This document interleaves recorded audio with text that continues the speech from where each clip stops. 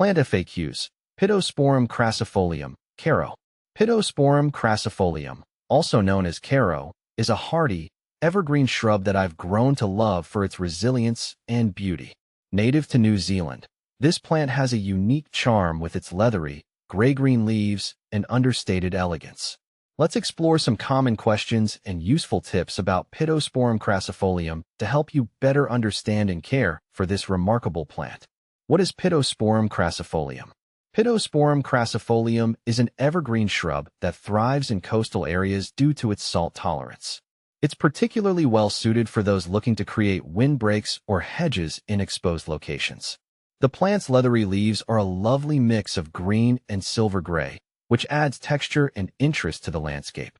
Additionally, it produces small, fragrant flowers in the spring, though they're not its main draw. How big does Pittosporum crassifolium compacta grow? One of the first things I wondered when I started growing Pittosporum crassifolium compacta was, how big does it grow?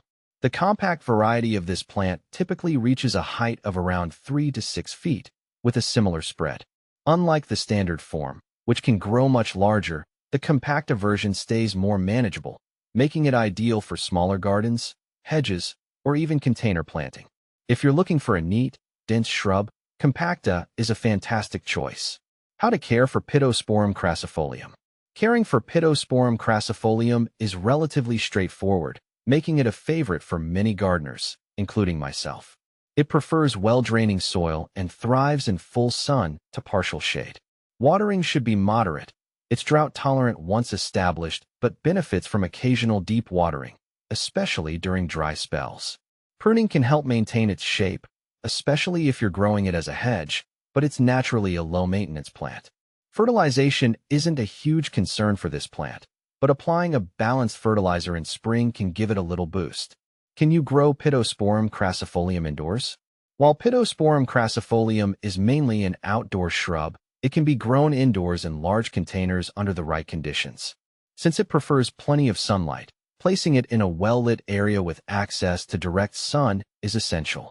Keep in mind that indoors, the plant may not reach its full potential size. I found it's much happier outdoors where it has space to grow and access to natural elements. How to propagate Pittosporum crassifolium. Propagating Pittosporum crassifolium can be done through seeds or cuttings, though I personally prefer using cuttings for a more reliable result. Take semi-hardwood cuttings in late summer or early fall and place them in a well-draining potting mix. Keep the soil moist and the cuttings in a shaded area until they root. It might take a few weeks, but once roots form, you can transplant them into your garden or a larger pot.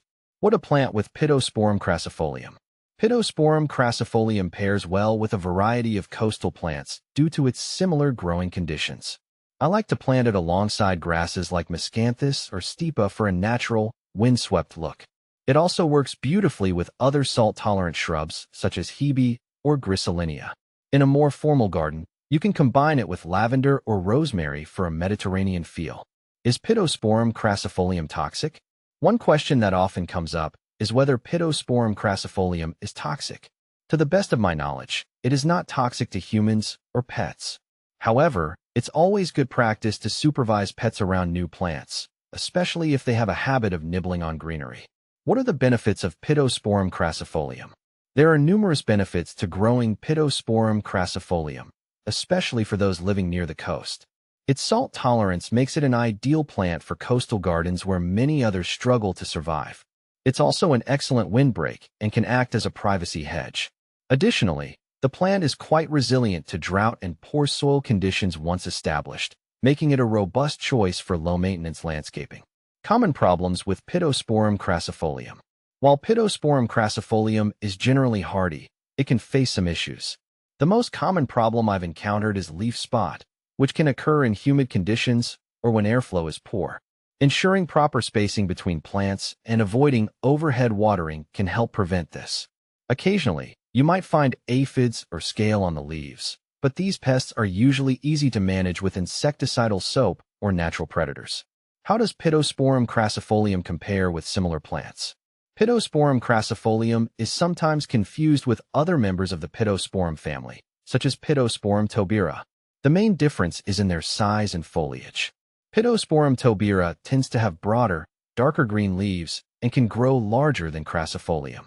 Additionally, tobira is more suited for warmer, more protected environments, while Crassifolium excels in harsher, windier locations. Another plant it's often compared to is Griselinia, which is also a popular choice for coastal gardens. Griselinia has larger, waxy leaves and grows faster, but Pittosporum crassifolium offers more texture and a denser growth habit, making it better for hedging. Can Pittosporum crassifolium be grown as a hedge? Yes, Pittosporum crassifolium makes an excellent hedge. Its dense growth and ability to withstand windy, salty conditions make it ideal for coastal and exposed locations. I've found it particularly useful as a windbreak in my garden, where it helps protect more delicate plants. Regular pruning can keep it neat and compact, though it also looks great when left to grow naturally. In summary, Pittosporum crassifolium is a versatile, low-maintenance plant that adds beauty and resilience to any garden. Whether you're looking for a tough windbreak, a privacy hedge, or a unique addition to your coastal landscape, this plant delivers.